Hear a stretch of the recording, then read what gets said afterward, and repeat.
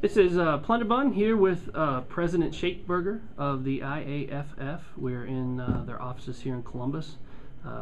President Schaitberger, thanks for joining us. Thanks for having me. Yeah, we just watched a pretty impassioned speech in front of your membership talking about the issues with SB5. It's going to the House today, and also, obviously, the state of the state. One thing I wanted to ask you, Governor Kasich has been saying that this is about the budget. This is about the dire crisis that we're in, the moves that are being made with SB5. I'd like to get your take on that. You believe that? Is this about the budget? This isn't about the budget. This is about power. This is about a governor that really wants to be able to garner all of the power and take the rights, the worker rights that firefighters, cops, other public employees have earned over the last many decades. This is about retribution. This is about political retribution with a governor who's decided that he wants to take on those that he believes took him on in the last election. It's about a governor that is coordinating his efforts with many of his colleagues around the country. This isn't an isolated incident here in Ohio. This is a coordinated, organized effort by the Republican Party and the right wing of that party to basically try to destroy America's labor movement and the rights that workers have earned and been entitled to over these last many decades. And weakening what they consider a political opponent to them. Absolutely. I mean, this is all about politics. And power. This isn't about money. Our members here in Ohio and all across this country, they've really shown their willingness to come to the table. They've shown their willingness to try to be responsive to the economic challenges that we know exist in state and local governments in many areas of this country. But the idea that SB5, which is draconian by any kind of description, which simply strips away virtually every single right that our members here in Ohio have been entitled to, have earned, have sacrificed for, is not only inexcusable, it's to simply kill our union. They want our union dead because then that positions them in an even more politically powerful arena.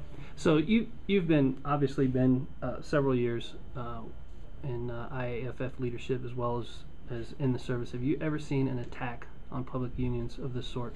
I have been at this 40 years this summer, and I've been through the 70s when we had a lot of strikes and a lot of tough times. I've been through some of the difficult recessions, the mid-70s, early 80s, early 90s.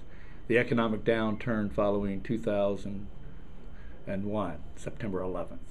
But I have never seen the assault that is now being perpetrated on labor, and particularly our members, which is our focus, all across this country. This is Iowa and Nebraska and Oklahoma and New Hampshire and Pennsylvania and Wisconsin, and right now the real ground zero is right here in Ohio. And SB10 has got to be stopped. Now, you mentioned something when you were speaking to your membership about this being a real pivotal moment. I forget the exact word that you used. A seminal moment. A seminal moment, a very important time. And my observation was I couldn't get in the room to hear you deliver your words. I was way in the back. I think I might have picked up audio, but you were about this tall in the video screen. There were that many people in that room, and it was overflowing into the hallway. I say that to preface this question. What are you hearing from your membership? Are they fired up about this? Are they answering the call? Obviously, this is most firefighters I've seen in my entire life.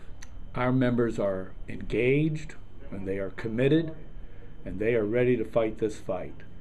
This isn't just about marches up the street to the Capitol.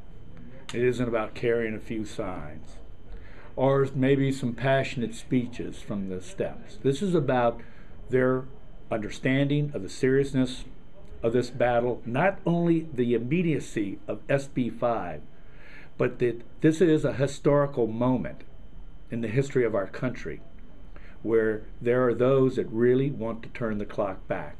They understand the significance of this, the seriousness of this, and they are ready to fight back.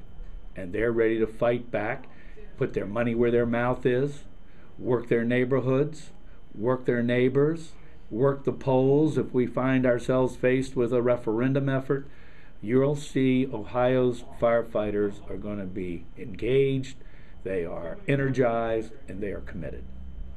Now, one other question also, what specifically is the IAFF doing to fight these types of legislative efforts? Well, first of all, we provide financial resources to our affiliate structures in order for them to carry on a lot of their efforts, whether it's in the halls of the legislature or whether it's in the neighborhoods of our communities. We are launching a pretty significant PR campaign, our Fighting Back campaign.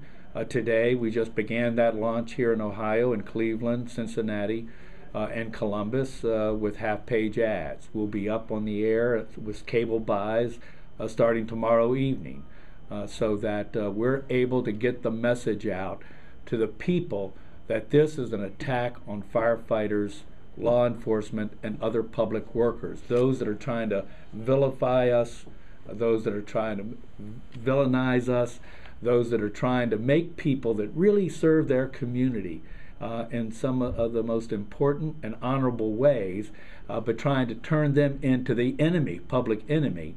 We're making sure that people understand that these are those that serve them every single day, to put that face back on this battle instead of turning it into public sector unions and unions trying to, secure their power. This is about workers.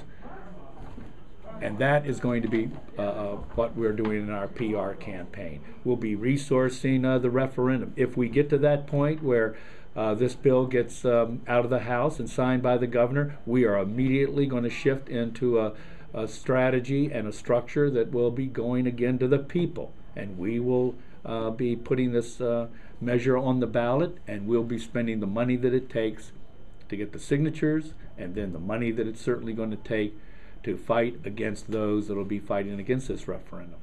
I have one final question, and that is there's been some chatter about exempting police and fire unions at some point as a way to soften this and kind of still get some of the things accomplished that the GOP wants to get accomplished. Would that be something that would?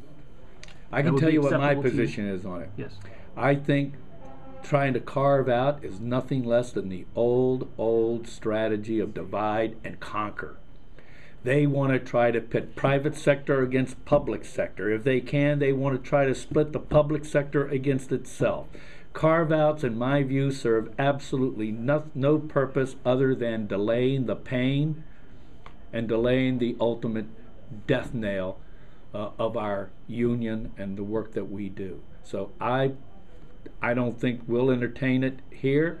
We're not going to be caught up in a ploy that tries to give a little something while taking it away from everybody else, and then they get to sit back on the curb and watch us fight amongst ourselves. We won't buy into that strategy. Well, President Schaitberger, I really appreciate your time and appreciate the access to seeing you speak in front of your membership. It was really something else, and look forward to seeing those guys rally. And we at Plunder Bun are going to be fighting the same fight with you. Great. Well, thanks for having me, and keep up your good work. Thank you.